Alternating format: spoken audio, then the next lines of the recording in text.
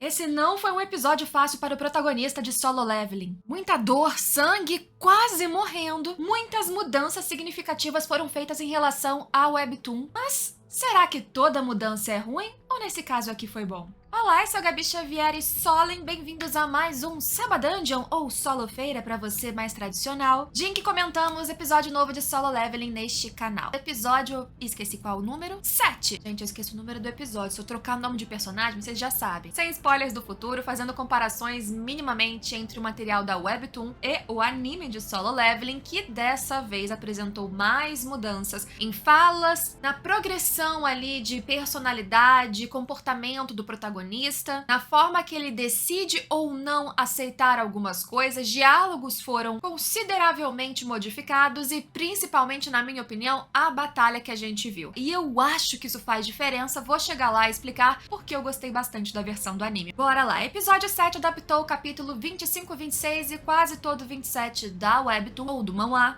e trouxe as consequências imediatas do que aconteceu na última dungeon bizarra e catastrófica, de certa forma, e lucrativa mesmo assim, que Sun Jin-woo sobreviveu junto com Jin-ho e mostrou que o protagonista agora tá na mira de uma sede de vingança e não é de qualquer um, é de um caçador rank S. E eu acho importante que a gente veja isso no mesmo episódio em que ele tenta enfrentar um monstro que nem é de um rank S pelo que a gente viu, porque mostra que um cara indo atrás dele neste momento, se ele chegasse nesse momento, não seria um desafio fácil mesmo para o único jogador do mundo que aparentemente sobe de level o tempo todo. Hwang Dong-soo é o irmão daquele que era o líder da dungeon, que serviria para usar de iscas os dois jovenzinhos, e apesar deste líder ser um caçador rank C, o seu irmão mais novo é um rank S. Pelo que a gente viu, não é um rank S razoável, que vai analisar as circunstâncias. Ele já viu o que aconteceu, o panorama, ele sabe o contexto também do seu irmão, do que ele fazia, que aqueles dois jogadores não eram do seu time e que sequer era do feitio do seu irmão sair ali salvando pessoas. Então, provavelmente, na sua interpretação, os dois seriam assassinos e, não por moralidade, mas por sede de vingança, ele iria matá-los. Ele até confere ali com a sua assistente se ele seria preso por algum motivo, mas como ele é um caçador dos Estados Unidos, ele seria ali facilmente perdoado pelo seu próprio governo, então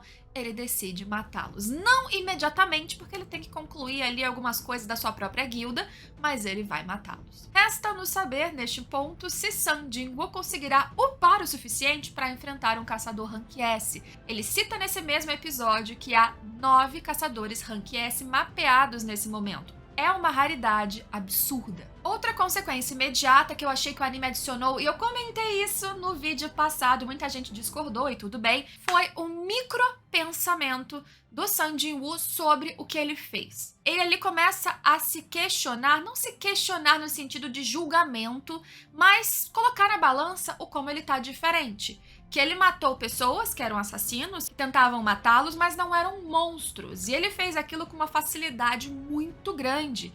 E com uma coisa que vinha dentro dele, um impulso, que não seria natural em outro momento. A todo ponto, ele tá ali questionando o quanto o sistema usa ele, faz de tudo para que ele sobreviva, se aproveita da sua existência e tentando equilibrar o quanto ele também vai se aproveitar desse sistema que o fez renascer e o faz ficar cada vez mais forte. Eu acho importante ter essa microcena de pensamento, introspecção a mais, no momento que ele tá ali perto da irmã, porque eles até tiraram um pensamento da irmã, de ficar se questionando como ele tá aparecendo até mudado em personalidade. Ela obviamente mostra que tá ali vendo alguma coisa diferente, mas nada tão substancial. Trocar essa análise para algo do próprio Sun Jin-woo mostra que ele tá observando, como eu disse no vídeo passado, que ele tá diferente, que ele fez algo que anteriormente não seria cabível. Ah, Gabi, mas o sistema tá mudando ele conforme ele avança. Tudo bem, a gente sabe disso, mas ele é um ser pensante. E claro que ele notaria o como aquela ação, moralmente falando que seja, seria inconsistente com tudo que ele pensava antes, da forma que ele agia antes disso tudo. Ele não ficou com pena, ele não ficou com dor, ele não sofreu, mas ele pensou, ele pesou. Pra mim, enxerta coerência interna na história, achei muito bom. Outra coisa importante nessa cena foi a gente saber que ele tem uma regeneração não só de membros, mas também de saúde desde a dungeon da estátua. foram algumas recompensas que ele teve que ele nunca chegou a observar, pensar, mas que, por exemplo, impede que ele fique bêbado. Ele bebe, bebe, bebe, o organismo entende aquilo como uma intoxicação, um veneno, não deixa de ser, e ele tira esse efeito, esse status rapidamente, ou seja, ele não fica bêbado, ele não é atingido por venenos em geral. Tivemos outra mudança interessante aqui.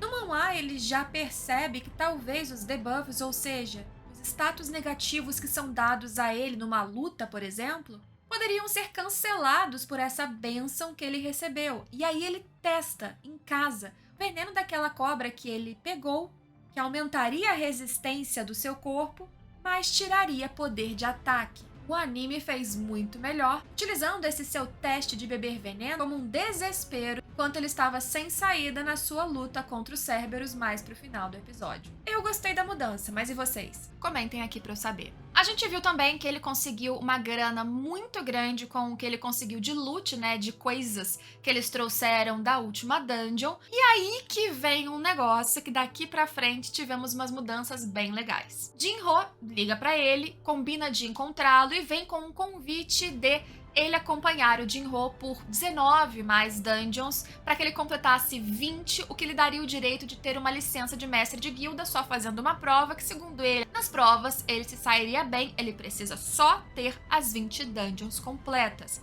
E aí ele sugeriu que o Sun Jin-woo fosse com ele, tentou ali entrar num argumento e tudo mais, e ofereceu 30 bilhões de dinheiros através de um prédio que ele receberia do pai, para que Sun Jin-woo aceitasse. No manhwa, apesar de muita conversa, ele acaba aceitando ali, naquele mesmo diálogo, sob algumas condições que ainda podem aparecer na história no anime, então não vou adiantá-las, mas aqui ele não aceita. Achei até interessante que no momento em que o Jinho fala como um argumento que eu, se você for comigo, não vou falar pra ninguém sobre você ser diferente, vamos dizer assim. Ele olha, ele dá um olhar matador pro Jinho, como se aquilo tivesse soado como ameaça. Isso também foi uma mudança, nesse caso, mais sutil em relação às páginas. Eu não acho que nas páginas teve esse tom, até porque a conversa fluiu para além desse argumento, e o diálogo deles é interrompido com a negativa do Sun Jin-woo não querendo essa parceria. Então, não sei para onde eles vão. Não sei se eles vão modificar ainda mais essa dinâmica dos dois e na história como um todo,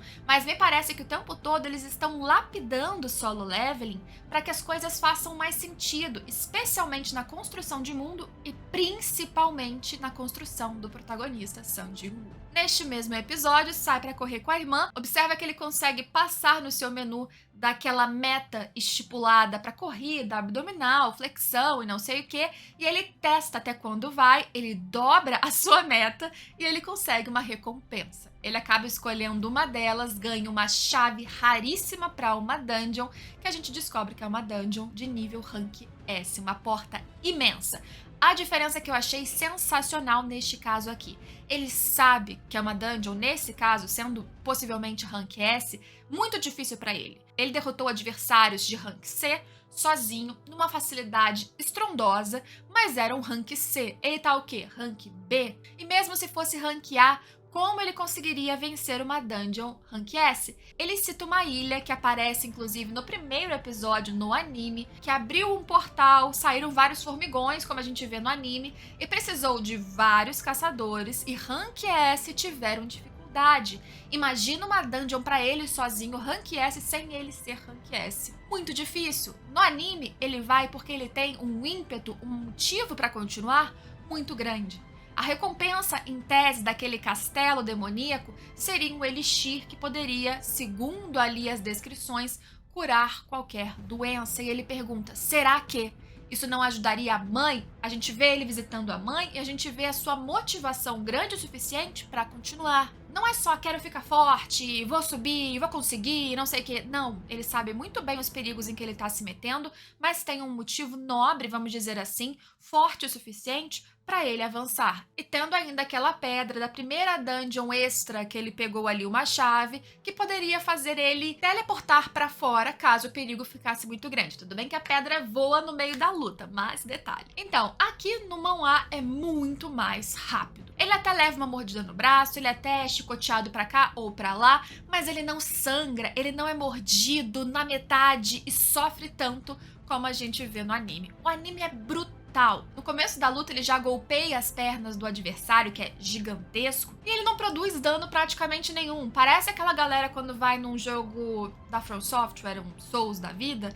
e começa a matar aquele boss e a barrinha vai caindo assim, minimamente, o boss dá um peteleco e a pessoa morre. Então, até acho que é um pouco mentiroso o tanto de coisa que ele levou de golpe e a vida caindo assim, metade, mas um pouquinho. Acho que ele quase morreria em 2 daqueles que o anime trouxe, mas é um ambiente fantasioso, o sistema tá mantendo o cara vivo quanto pode, a gente acredita e pronto. Independente disso, eu acho que faz sentido, de novo, pra gente ver que um adversário que nem é o mais forte daquela dungeon, porque o mais forte tá lá naquele castelo que ele não entrou, um adversário ranquear deu muito trabalho pra ele. É pra gente entender nesse contexto que um cara ranquear esse caçador indo com fogo nos olhos pra matar ele neste ponto seria perigosíssimo e fatal. É pra gente entender que ele tá upando de level, que ele até sonhou ali em chegar no rank S e ultrapassar, mas não tá lá ainda. Então tudo bem, essa visceralidade visual da gente ver o sangue, o braço cortado, e a cabeça quase esmagada, ele sendo pisoteado, tudo isso numa animação bem feita ficou incrível de assistir, mas não é só sobre a visceralidade visual. Narrativamente, colabora muito pra gente entender em que level ele tá e pra ele também se entender nesse ponto. Na história original, até onde eu vi, parecia que ele já estava muito cheio de si, ele mata muito mais facilmente e ele praticamente derrota no ímpeto do vou vencer e vence. Uma recuperação total, uma força de vontade, o sistema dando um empurrãozinho e acabou. O anime deixa as coisas um pouco mais complicadas. Eu achei muito boa a sequência. Pro cara ficar mais forte que todos, ele precisa subir alguns degraus e é interessantíssimo que nesse ponto ele ainda ganhe uma receita pra fazer aquilo que ele quer tanto pra sua mãe, que é exatamente igual game. Você tem que craftar os negócios, você tem que pegar os ingredientes que nesse caso estão no castelo pra você fazer aquele item e, claro, pra conseguir enfrentar todos os desafios do castelo, ele vê agora que precisa de um tempo pra ficar mais forte. Será que o anime não vai colocar isso como motivação pra ele enfrentar outras dungeons ainda que de rank C? Quem sabe? Tá vendo aqui? Motivação, importância, consequências, toda essa costura fina que eles estão fazendo na animação tá fazendo muita diferença. Eu só não vi se ele pegou de volta a pedra, honestamente só consegui assistir uma vez, então ele pegou de volta a pedra pra teleportar? Porque se ele tá na dungeon e ele geralmente tem que derrotar o boss total da dungeon pra conseguir sair, até porque ele acabou de pegar no Cerberus lá a chave do castelo, ele não teria que continuar? Ele achou a pedra ou ele vai achar a pedra no próximo episódio? Porque ele falou, até logo, já volto. Perdi alguma coisa? Me falem aí, porque é bem possível. E é isso, gostei bastante dessa finalização de episódio, achei surpreendente o quanto eles arriscaram mudando algumas coisas que eu não sei se vão irritar leitores ou agradar como me agradou, mas me contem aqui embaixo o que vocês acharam deste episódio e de Solo Leveling até agora como um todo. 7 episódios já lançados, temos outros em frente, eu continuarei aqui com vocês comentando sobre ele e outros animes e mangás semanalmente. Então se você quiser continuar me acompanhando é só se inscrever, espero todos vocês. Tchau, tchau!